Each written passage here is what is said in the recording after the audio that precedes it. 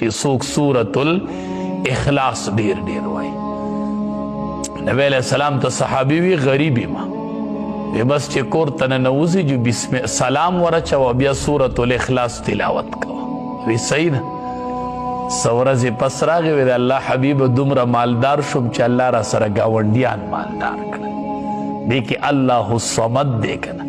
الله د ټولي دنیا نه بې حاجته دی. الله مام دسي د مخلوق نه بې حاجته کې څنګه چې ته بې حاجته یې. نو دا وایه الله الصمد.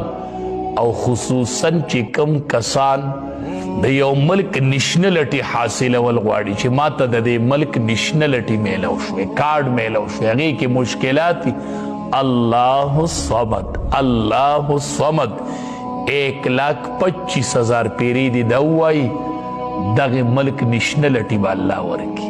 الله الصمد د صمد معنا دا ده کنه دې وجې ده چې د چا نوم عبدالصمد نو دته صمد مه وایې دا ډېره ګناه ده کنه. صمد معنا دا ده چې ټول په ټوله مخلوق په هر څه کې دته محتاج یو دی هېڅ چاته نه محتاج. د صمد دا معنا نو دا ته مخلوق ته وایې ای صمده نه عبدالصمد وایه. صمد نوم چاته ویل دا ګناه ده. نو سبحانه دا الله ذات ډیر پاک دی. تاسو الله لره لونه ثابتوئ. واذا بشر احدهم بالانثى حال دا دی چې کله زیرې ورکړلی چې دي ته په لور سره نو ظل وجهه مسوده وګرځي مخ د ده تک تور. پخپله چې د لور زیرې واوري څه دی خیالي وهو کظیم او د غصې نه ډکې ډک. الله وی قرآن کې وی دا به دي کړي که نه مخې تک تور شي او د غصې نه ډک شي.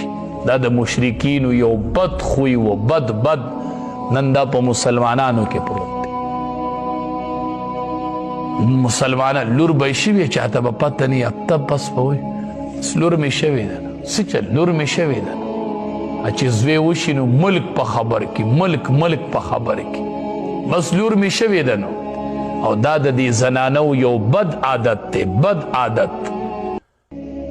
وی لور وشوله نو یو بلا بله سیوا شو یوه بلا را کره بله سیوا یقین وکړه چې دا زنانه وایي.